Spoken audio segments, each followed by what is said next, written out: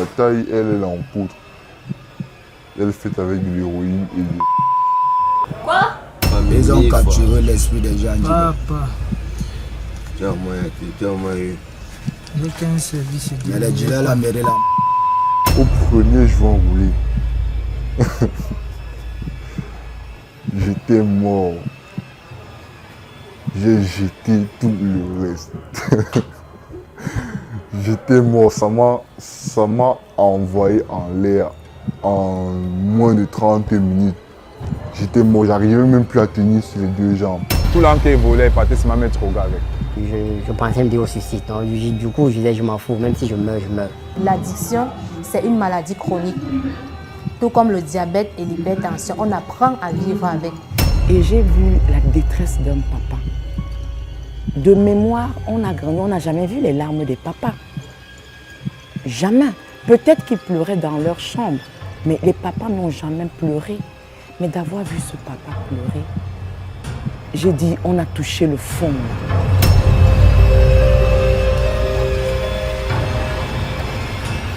L'addiction, un problème de santé majeur qui affecte de millions de personnes à travers le monde. Une addiction, globalement, pour faire simple, c'est le phénomène de perte de contrôle sur la consommation d'une substance ou d'un objet. Donc, si j'ai l'habitude de consommer un peu de Facebook, un peu de WhatsApp, un peu de cinéma, un peu de cigarettes, d'alcool, des choses qui ne sont pas forcément interdites, et que je perds le contrôle, et que finalement, c'est cette situation qui commence à avoir un certain contrôle sur moi, eh bien, je suis un sujet addict. Parce qu'on peut ne pas en prendre excessivement, mais perdre le contrôle, c'est-à-dire être vraiment dans quelque chose qui nous pilote. Et ça s'appelle donc simplement une dépendance. C'est-à-dire que on est dans une situation où, moi qui suis l'humain, je suis contrôlé par quelque chose qui n'est pas humain. Donc je deviens dépendant de la chose et je ne me sens à l'aise que quand j'ai pu accéder à la chose. Parmi les formes de dépendance les plus préoccupantes, la drogue, l'alcool, la cigarette. Ces addictions ont des conséquences dévastatrices sur la santé physique, mentale, sociale et économique des individus. Si le fumeur avait le cœur comme ça, là, le dealer, le jour il est en boîte comme s'il est en train de sortir, on l'a marre. Maman, lui, c'est qui? Il prend le plastique là. Il prend ça. Est-ce que le dealer vient avec le plastique? Est-ce qu'il est en train de placer en boîte? Toi, ici, tu fais seulement quand tu flippes. N'a pas encore atteint l'étape qu'il faut. Mais quand tu vas te mettre comme ça, là, commencer à vendre de même ce que tu as acheté sur toi. L'autre qui a ramassé 12 millions, ça ne fait pas encore un mois. Il a acheté le tricycle. Ça ne peut pas fonctionner, je te dis. Il pousse maintenant le tricycle seulement. Non, on a rien vendu. Il prend les 1000 francs. Il prend 1000 francs pour 1500, pour 2000 parce qu'il va aller mettre au carburant. Tu parles de 2000 comme si tu as payé pas de 5000. 5000. 1000 francs pour 5000. Les dealers là me très chaud de trucs que la vie des gens. Tu as vu comment l'Angala est devenue bizarre ou quoi t'as dit donc. Elle est finie, tu vois que les os c'est devenu comme les os. Tu as vu quand elle venait sortir une gata. Ma mamie, elle avait tout perdu. Elle n'a même pas encore un mois dehors. Tu parles de quoi? C'est le caillou. Tu as vu l'autre jour, il y a Wanda. Le mec de maman, il n'était pas laissé en prison. Le caillou. Tu viens de sortir là. Oh, le caillou ne joue pas sur la femme père. Eh, bête encore. Rien que le maïs qu'elle a mangé en prison une semaine qu'elle est tombée hier. Selon une enquête publiée par le ministère de la Santé publique en 2021, environ 12 000 jeunes, dont l'âge varie entre 13 et 15 ans, disent avoir déjà consommé du cannabis au moins une fois au Cameroun. 25% ont déjà consommé la drogue dure. 60% de ces consommateurs ont entre 20 et 25 ans. Quelles sont les causes et les effets de ces dépendances? Existe-t-il des mesures préventives? Peut-on guérir de l'addiction?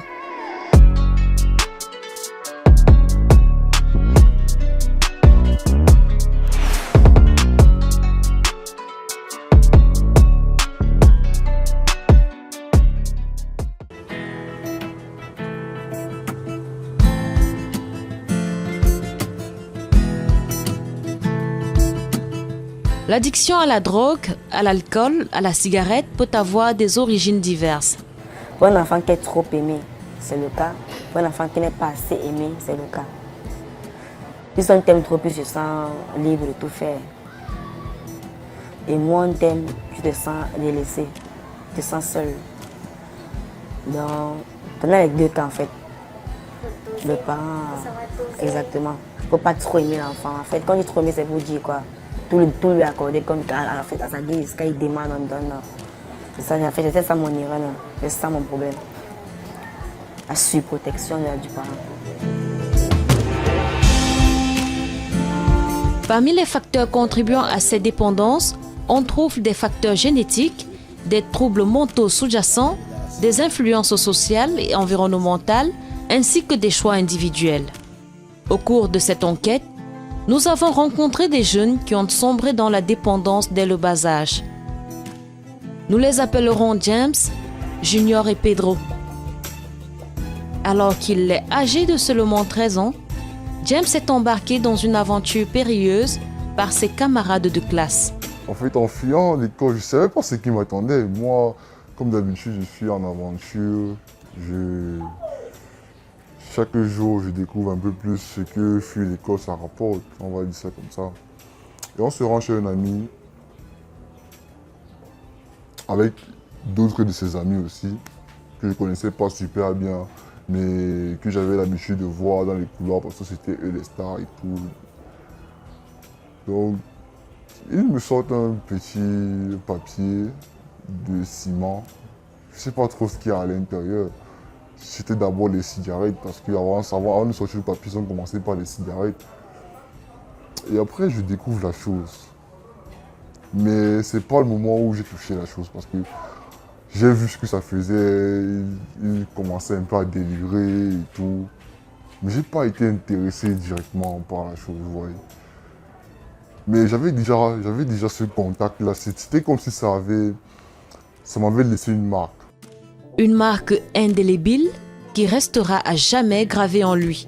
Tard, en seconde, parce que j'ai réussi à tenir de juin jusqu'en octobre en seconde. Je vais moi-même. J'ai rencontré un ami qui connaît un dealer, on va dire ça comme ça. Et il me l'a présenté.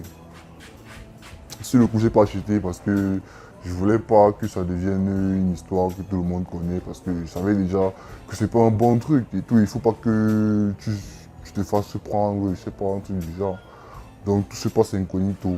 Il me présente le dealer. Je fais comme si je ne suis pas intéressé. Et pourtant, je suis bien intéressé. Après, je vais le rencontrer donc, parce que j'ai pris son numéro, je vais le rencontrer. J'en achète 10. Une valeur de... C'est devenu une habitude. Je pouvais fumer jusqu'à par jour. C'était facile. En moins d'une année, j'étais déjà un consommateur. Vraiment, j'étais la poule d'or de quelqu'un. On va dire ça comme ça. J'étais sa poule d'or à 14 ans. Il s'enfonce un peu plus chaque jour qui passe. En réalité, il n'y a pas de petite drogue. Toutes les drogues sont mauvaises. Parce que, on va te dire, la weed, ça ne te fait pas mourir, mais ça te fait délirer. La dio, ça te fait mourir, mais ça ne te fait pas délirer complètement, on va dire ça comme ça. Donc toutes les drogues sont mauvaises en réalité. Donc, je suis déjà un consommateur de weed. Je suis un consommateur de chanvre indien, je suis un consommateur de gué. Mais je sens que je ne suis pas encore au pic. Je sens que je n'ai pas encore goûté la chose la plus dure en fait. Il a suffi d'y goûter pour en devenir accro. En un seul jour, vous pouvez devenir addict. Un seul jour, c'est vraiment... C'est incroyable, je ne sais pas ce qu'ils mettent vraiment à l'intérieur. Je me demande parfois si c'est pas quelque chose de, je sais pas, spirituel, on va dire ça comme ça, mais ça se limite pas qu'à la composition chimique. La dose de taille, en fait, la plus petite, c'est... Et le caillou à Yaoundé, quand j'ai commencé, c'était... Oui, c'est 1 gramme. Le gramme coûte... Le gramme est divisé en petits cailloux. Environ 11 cailloux. Donc j'imagine que c'est vraiment comme un caillou. Je ne sais pas si vous imaginez un petit caillou, un petit truc. C'est vraiment une pierre quoi. C'est vraiment comme un petit caillou. Et la taille, elle est en poutre. Elle est faite avec de l'héroïne et... Quoi? Cannibale malgré lui, le petit agneau se transforme en un redoutable loup. Il devient un peu agressif et tout, mais mon père ne peut pas encore se dire que c'est moi qui fais ça. Il ne s'en rend pas compte peut-être parfois, mais il s'en rend compte parfois. Il va gueuler un peu, mais vu que c'est de temps en temps que je pique aussi, c'est pas comme si je faisais tout le temps. Rien n'est remarqué. Je continue de piquer, mais je me fais aussi de l'argent dehors. Les business, il a tout compris, les business. Tu vends des trucs, des petits trucs de temps en temps. Il faut bien que tu te trouves ta dope, en fait. La taille, c'est très compliqué. C'est vraiment quelque chose de très compliqué. Il ne faut pas jouer avec.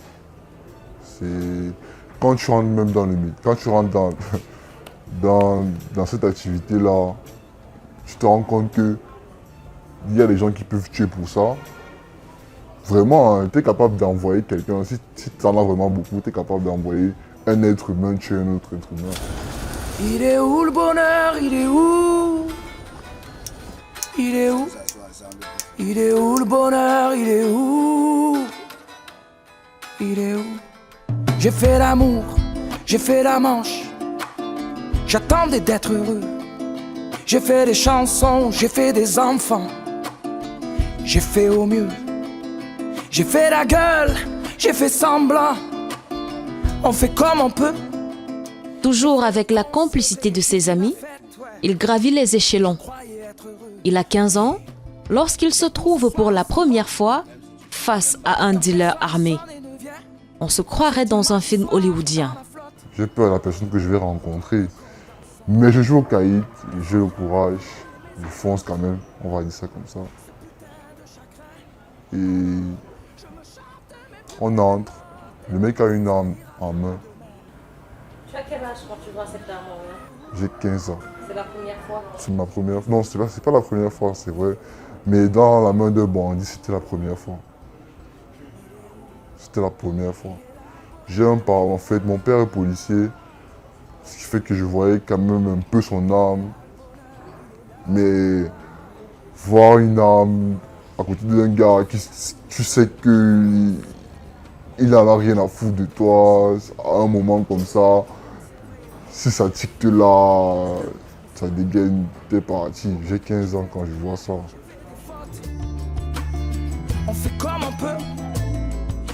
Seulement, l'envie de se shooter est bien plus forte que la peur de mourir. Bien que je trouve que je suis un caïd, je prends le courage, j'entre. Et les commentaires commencent. 30 minutes après, on est servi. Je vois la petite pierre rouge que tout le monde adore déjà dans mon milieu, on va dire ça comme ça. Je goûte donc la chose, première bouchée. Ça m'envoie en l'air. Mais pas comme la vie. C'est quelque chose de différent. Je goûte vraiment à quelque chose de très compliqué. Mon cœur bat fort parce que la cocaïne fait battre le cœur. Mon cœur bat fort, je suis à 1000 à l'heure. J'ai l'impression d'être Superman, vraiment. Je suis chaud bouillant à 15 ans. Je ne me rends même pas compte que je suis en train de dériver. Je ne me rends même pas compte. C'est comme un petit enfant qui a trouvé de quoi jouer avec, on va dire ça comme ça. Comme ça. Je ne sais pas que je suis en train de traîner avec le diable. Chaque jour, je touche un peu plus au diable.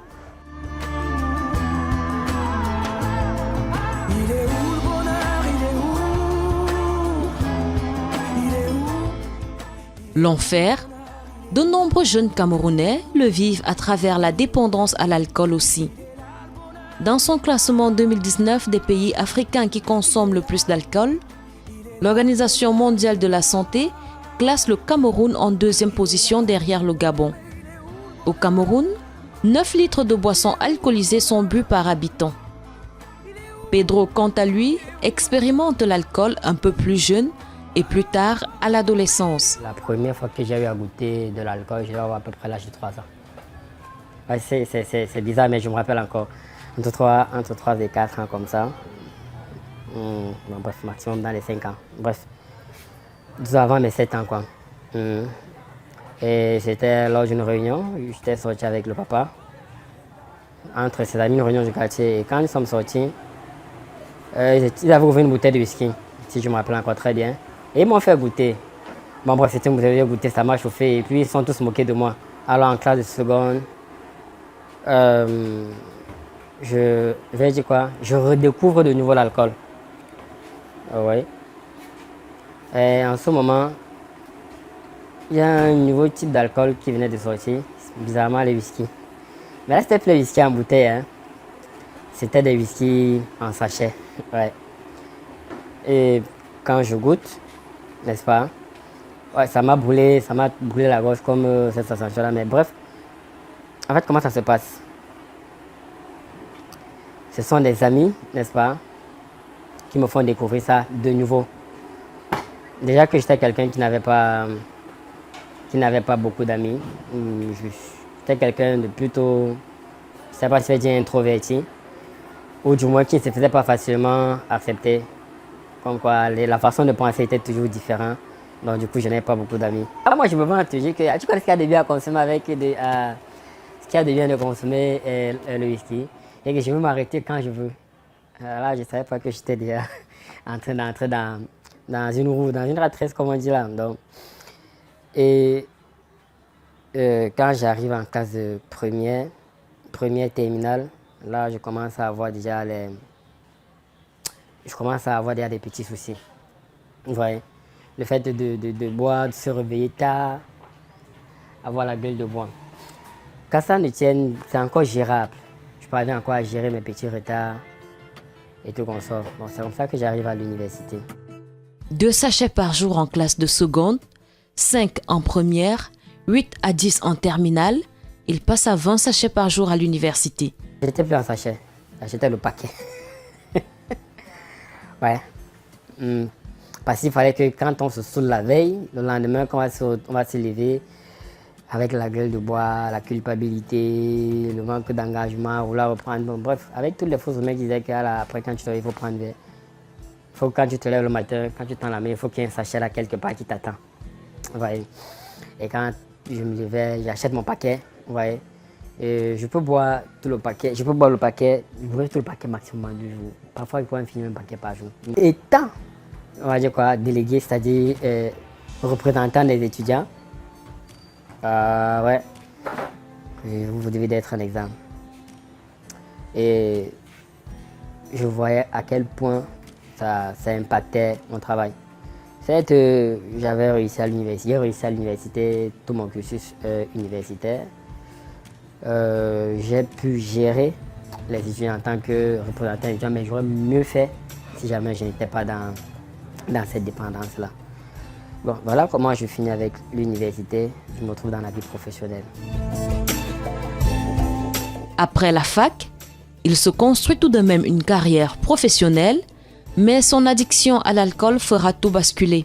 Vous donnez rendez-vous aux clients peut-être demain à 8h, le soir vous êtes hyper ivre, vous revenez le lendemain à 14h. Vous regardez au téléphone, vous voyez 10 appels en absence.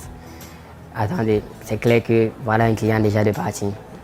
Ça n'inspire pas la confiance. Souvent, vous commencez un travail, vous travaillez bien, vous ne finissez pas le travail. C'est comme ça que même l'argent qu'on était censé vous payer depuis le début, c'est comme ça que l'argent passe, ça devient difficile. Vous voyez. Et c'est comme ça aussi que vous perdez les clients, vous retrouvez dans... C'est ça, je vais dire ça comment. Vous commencez à vous trouver vraiment très très mal. Ce qui fait que ça vous entraîne dans une certaine dépression. Désespéré, il essaye de trouver de l'aide auprès des siens. J'explique mon plan d'engagement, comme tu vois, ça ne va pas vraiment, je veux m'en sortir. Je veux m'en sortir, je veux pas que ma vie finisse comme ça, j'ai pas envie de gâcher. Première année, je ça. Ah donc, tu bois, tu prends, tu mets dans ta bouche. Vous savez la façon de parler. Ne dérange pas les gens. Trouver de l'aide, c'est exactement ce que fait Junior en se rendant assez souvent dans ce bar à Vaps. Ce midi-là, il souhaite s'offrir une nouvelle vapoteuse. Accro à la cigarette, il essaye tant bien que mal de décrocher. Vous avez replongé dans la cigarette, c'est ça? Et vous prenez en moyenne combien de paquets de cigarettes par jour ou par semaine?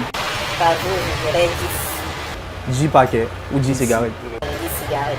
Ah, d'accord. Donc, pour vous, il serait mieux de commencer avec 3 mg. 3 mg de nicotine parce que vous utilisez une vapoteuse qui a plus de 40 watts, je suppose. Oui. Voilà, parce que ça multiplie la nicotine. Donc, il ne faudrait pas prendre une dose très élevée. Donc, on va commencer avec un 3 mg. Vous avez un autre appareil ou bien vous l'achetez un autre? Oui, je vais aussi profiter pour en acheter un autre. Ok, donc il y a celui-ci. Ça, c'est un vapeur, c'est un appareil à 12 à 15 watts environ. C'est beaucoup mieux pour les fumeurs. Donc vous n'avez pas besoin d'un gros appareil quand vous voulez arrêter le tabac, déjà, parce que vous venez de commencer aussi. Donc vous allez utiliser ceci. Et on va vous conseiller un liquide de 3 mg de nicotine qui a une saveur tabac pour que ça ne vous s'œuvre pas rapidement. Il est où le bonheur? Il est où? Il n'a que 17 ans lorsqu'il fume pour la première fois. Dans des moments de détresse, je voyais des gens prendre une cigarette. Et je me suis dit que bon, peut-être ça arrangeait les choses. À force de prendre une cigarette de temps en temps, le goût a pris le dessus. Et j'ai commencé à adopter la cigarette. J'ai fait semblant. On fait comme on peut. 3 bâtons par jour, puis 10, et son organisme en redemande. Au début, je faisais beaucoup de sport. Il y a des exercices physiques que je faisais. Et quand j'ai commencé avec la cigarette, le rythme n'était plus le même. Je ne pouvais plus parcourir une certaine distance. Les poumons faisaient de plus en plus mal. Après, quand je me suis remis à la cigarette électronique, j'ai repris, l'envie du sport est revenue. En restant toujours avec la vape, en gardant la vape, il y a toujours eu ce bonheur de santé. La santé est toujours restée. Il est où? Il est là le bonheur, il est là. 9% de la population sont des consommateurs actifs du tabac et ses produits dérivés. Plus de 15% des jeunes de 15 ans en sont concernés, avec une prévalence en milieu scolaire. Selon le Comité national de lutte contre la drogue, 21% de la population camerounaise en âge scolaire a déjà consommé de la drogue. Comment la lutte contre la consommation des substances illicites est-elle menée en milieu scolaire? Nous avons effectué des descentes dans quelques établissements publics et privés pour mieux comprendre le phénomène. Nous avons créé des services de vigilance qui à tout moment donné donnent des informations par rapport à l'attitude générale de la classe, y compris les enseignants. Donc nous sommes informés après toutes les minutes par rapport à l'état de la salle de classe, des comportements débordants ou toute autre attitude dont nous prenons en main et nous matons très rapidement dans le cadre général de la discipline.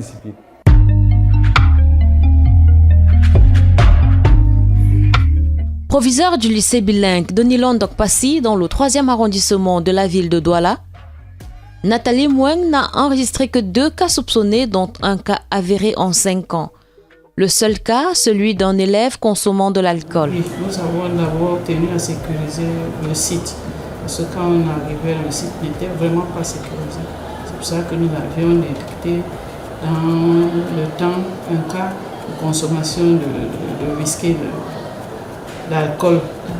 Et lorsque nous avons sécurisé le site en mettant une barrière, l'accès au lycée a été réduit et puis on ne dénombrait plus beaucoup comment on dit, des étrangers. Parce que la vérité c'est qu'on a des élèves, mais il y avait d'autres élèves qui pouvaient se mettre en tenue scolaire et rentrer dans l'établissement.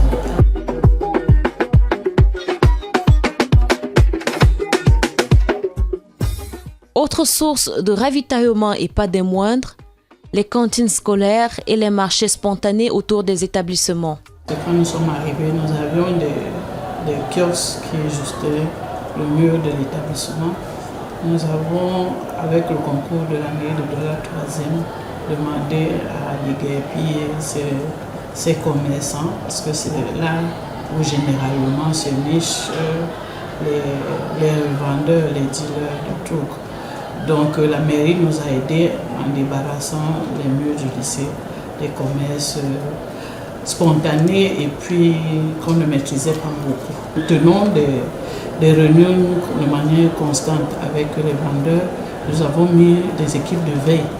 En dehors de ça, nous avons ce qu'on appelle la task force, c'est-à-dire que composée des surveillants généraux, des infirmiers, nous en avons 2 ici, des conseillers d'orientation.